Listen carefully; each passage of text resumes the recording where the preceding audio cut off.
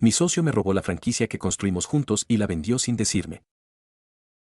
El correo electrónico llegó a las 8:14 de la mañana, justo cuando me servía mi primera taza de café para empezar lo que creía que sería un día histórico de expansión. Felicidades por la venta exitosa de la marca Cosecha Urbana, es un placer darles la bienvenida a nuestro conglomerado corporativo, decía el texto, firmado por el director jurídico de una de las cadenas de alimentos más grandes del país. Me quedé helado, con la taza a medio camino de los labios, pensando que era un error administrativo, hasta que vi el archivo adjunto, el contrato de cesión total de derechos firmado únicamente por Esteban, mi socio y mejor amigo desde la universidad, usando el poder notarial que le firmé hace 2 años para agilizar trámites de permisos.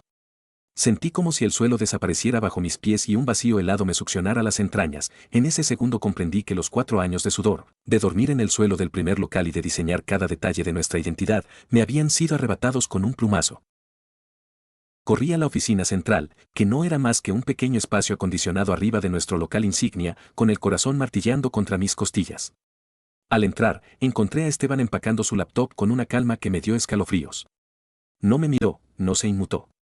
Cuando le aventé el teléfono con el correo abierto, solo suspiró, se acomodó los lentes y me soltó la frase que terminaría de romperme: ya era hora de que lo supieras, pero la verdad, no me pareció necesario consultarte porque, al final del día, tú solo eras el que atendía el mostrador y diseñaba dibujitos, yo fui quien hizo este negocio grande y quien cerró el trato de verdad. En ese momento, la rabia y la incredulidad se mezclaron en mi garganta, impidiéndome gritar, mientras veía cómo el hombre al que le confié hasta la llave de mi casa se convertía en un completo desconocido. Para entender la magnitud de esta puñalada, tengo que contarles cómo empezó todo. Esteban y yo nos conocimos en la Facultad de Administración. Él era el tipo carismático, el que hablaba hasta por los codos y convencía a cualquiera, yo era el de las ideas, el operativo, el que entendía de procesos, de sabores y de diseño. Cuando fundamos Cosecha Urbana, un concepto de ensaladas y bowls que buscaba democratizar la comida saludable, empezamos con una pequeña barra de madera en un mercado local. Yo mismo diseñé el logo, yo contacté a los proveedores de hortalizas orgánicas, yo creé las recetas que los clientes hacían fila para probar. Esteban se encargaba de la parte legal y financiera, o eso creía yo. Durante los primeros 2 años, no tuvimos utilidades. Todo lo que entraba se reinvertía. Comíamos lo que sobraba del día y compartíamos un departamento minúsculo para ahorrar costos.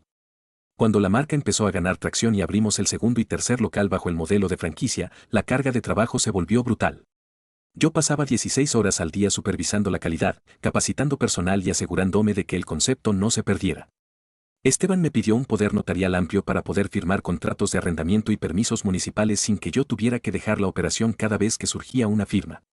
Confía en mí, hermano, esto es para que tú te enfoques en la magia y yo en el papeleo aburrido, me dijo una tarde mientras brindábamos con cervezas baratas. Y yo, ingenuo, confié. La traición no fue impulsiva, fue un plan maestro ejecutado con una frialdad quirúrgica. Esteban había estado negociando con esta gran cadena a mis espaldas durante 6 meses. Les vendió la exclusividad de la marca, las recetas secretas que yo desarrollé y toda la infraestructura por una suma millonaria que entró directamente a una cuenta personal suya. Cuando le exigí mi parte, mi 50% legal de la sociedad, se limitó a señalar las letras chiquitas del contrato de nuestra sociedad original que él mismo había redactado y que yo, por exceso de confianza, firmé sin revisar con un abogado externo. Resulta que técnicamente yo era un socio industrial con derechos limitados sobre la propiedad intelectual en caso de venta unilateral si se demostraba ausencia en la gestión administrativa. Él había documentado cada minuto que pasé en la cocina o en el diseño como labores operativas de empleado, no de socio director. Me sacó de la oficina con seguridad privada. Sí, los mismos guardias que yo mismo había entrevistado y contratado meses atrás me tomaron de los brazos y me arrastraron hacia la calle. Mis empleados, la gente que yo consideraba mi familia, miraban al suelo con vergüenza y miedo. Esteban les había prometido bonos de retención si se quedaban con los nuevos dueños y les había advertido que yo estaba pasando por una crisis mental y que ya no formaba parte de la empresa. Me quedé en la banqueta, viendo cómo quitaban mi nombre del directorio de la entrada, sin un peso en la bolsa porque mis ahorros también estaban vinculados a la cuenta operativa que él vació legalmente. El primer mes fue el más oscuro de mi vida. La traición física duele, pero la traición moral te aniquila. Mis padres, personas de la vieja escuela, intentaron consolarme con frases que me hundían más: hijo, son negocios, a veces se gana y a veces se pierde, supéralo y busca un empleo de oficina. Mis amigos en común con Esteban dejaron de invitarme a reuniones, era más fácil quedarse con el socio exitoso que ahora manejaba un coche de lujo que con el pendejo que se dejó robar. El aislamiento fue total. Me encerré en mi cuarto, viendo cómo Cosecha Urbana se anunciaba en espectaculares por toda la ciudad, sabiendo que cada vez que alguien disfrutaba uno de mis bowls, el dinero iba directo a la cuenta del hombre que me destruyó.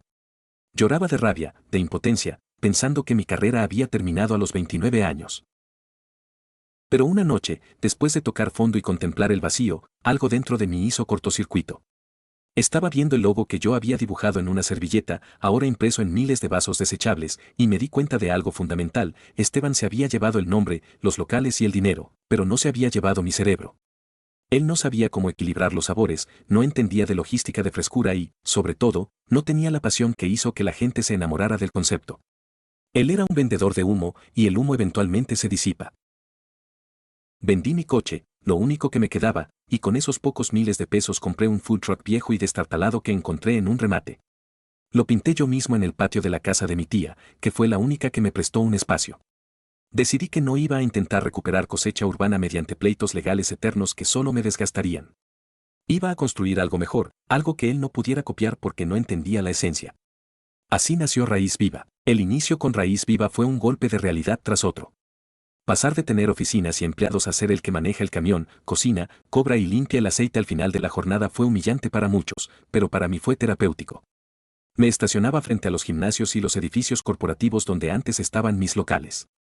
Algunos antiguos clientes me reconocían y se acercaban con curiosidad. «Oye, ¿tú no eres el dueño de Cosecha?», me preguntaban. Yo sonreía y les decía: «No, yo soy el creador de este nuevo concepto, pruébalo, es mejor».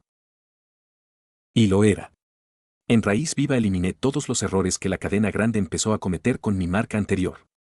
Ellos, en su afán de maximizar ganancias, empezaron a usar ingredientes congelados y conservadores. Yo, en cambio, redoblé la apuesta por lo ultra fresco y lo artesanal. Mis aderezos, que eran mi marca personal, los perfeccioné. El food truck empezó a tener filas que daban la vuelta a la manzana. El ritmo era agotador, pero la tensión que antes sentía por la traición se transformó en una energía creativa imparable. La retención de clientes era del 100%. Mientras yo sudaba frente a la plancha de mi camión, empecé a escuchar rumores sobre Esteban. El éxito inicial de la venta se le había subido a la cabeza.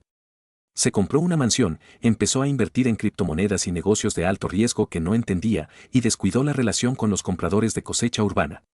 Resulta que la cadena grande, al ver que la calidad de los productos caía y que las ventas bajaban porque el concepto original se estaba pervirtiendo, empezó a auditar los contratos de Esteban. Descubrieron que había inflado las proyecciones de crecimiento y que muchas de las cláusulas de propiedad intelectual que él mismo redactó tenían huecos legales que los exponían a demandas de terceros. Yo no hice nada. No moví un dedo para perjudicarlo. El karma es un arquitecto muy detallista y no necesita ayudantes. En mi segundo año con Raíz Viva, ya no tenía un food truck, tenía 3. El concepto de comida rápida saludable pero con alma pegó más fuerte de lo que jamás imaginé. Un grupo de inversionistas serios, de los que valoran el talento operativo por encima de la labia, se acercó a mí. Me ofrecieron capital para abrir mi primer local fijo. Esta vez, fui yo quien redactó el contrato. Esta vez, contraté al mejor bufete de abogados del país para proteger cada coma y cada punto. No volví a firmar un poder notarial en mi vida. La expansión de Raíz Viva fue meteórica. En menos de 3 años, pasamos de un camión viejo a tener 12 sucursales en las mejores zonas de la ciudad. Mi marca se convirtió en el referente de la industria. Facturábamos más en un mes de lo que Cosecha Urbana facturó en sus mejores años. Mi cara salió en revistas de negocios, pero no como el socio de alguien, sino como el fundador y CEO que revolucionó el mercado tras una caída estrepitosa. La gente me preguntaba por mi resiliencia, y yo solo pensaba en la cara de Esteban el día que me echó. Esa cara fue mi motor. Entonces, la bomba explotó para él.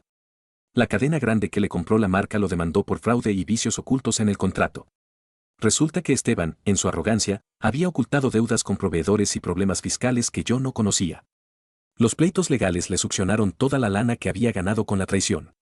Sus cuentas fueron congeladas y sus propiedades embargadas. Aquellos amigos que lo rodeaban cuando tenía el coche de lujo desaparecieron como fantasmas al amanecer. Un martes por la tarde, estaba en mi oficina central, una de verdad, con paredes de cristal y vista a la ciudad, cuando mi secretaria me dijo que un hombre insistía en verme. «No tiene cita, dice que es un viejo amigo», me dijo. Supe de inmediato quién era. Le pedí que lo dejara pasar solo por la curiosidad de ver qué quedaba de él. Esteban entró y me costó reconocerlo. Se veía demacrado, con la ropa que alguna vez fue cara ahora desgastada, y una mirada de derrota que me dio una extraña mezcla de lástima y satisfacción. Vine a pedirte perdón, me dijo, sin siquiera sentarse. Me equivoqué, pensé que el negocio era solo dinero y contratos, pero me di cuenta de que sin el corazón que tú le ponías, todo era una cáscara vacía. La cadena me quitó todo, me demandaron, estoy en la ruina. Necesito un inversionista, alguien que crea en un nuevo proyecto que tengo, tú sabes que juntos éramos imparables. Lo escuché en silencio, dejando que sus palabras flotaran en el aire cargado de aire acondicionado. Me ofreció un plan de negocios que era una copia barata de lo que ya estábamos haciendo en Raíz Viva. Me levanté de mi silla, caminé hacia el ventanal y le señalé el letrero luminoso de mi sucursal al otro lado de la calle. Esteban, el día que me dijiste que yo solo era el que atendía el mostrador, me hiciste un favor inmenso. Me obligaste a demostrarme que yo era el mostrador, la cocina, el diseño y el alma de la empresa. No necesito socios, y mucho menos socios que no tienen honor. No te voy a demandar, no te voy a desear mal, porque ya lo estás viviendo. Pero no hay un nosotros, y nunca lo volverá a haber. Intentó llorar, intentó apelar a nuestra vieja amistad, pero yo ya no sentía nada. La herida había cicatrizado y se había convertido en una armadura. Le pedía seguridad que lo acompañara a la salida. Esta vez, era yo quien daba las órdenes, no desde el odio, sino desde la justicia. Lo vi salir por la puerta de cristal, pequeño y encorvado, perdiéndose entre la multitud de la calle mientras mis empleados seguían trabajando con una sonrisa, sabiendo que estaban en un lugar seguro y honesto. Hoy, Raíz Viva es una marca nacional.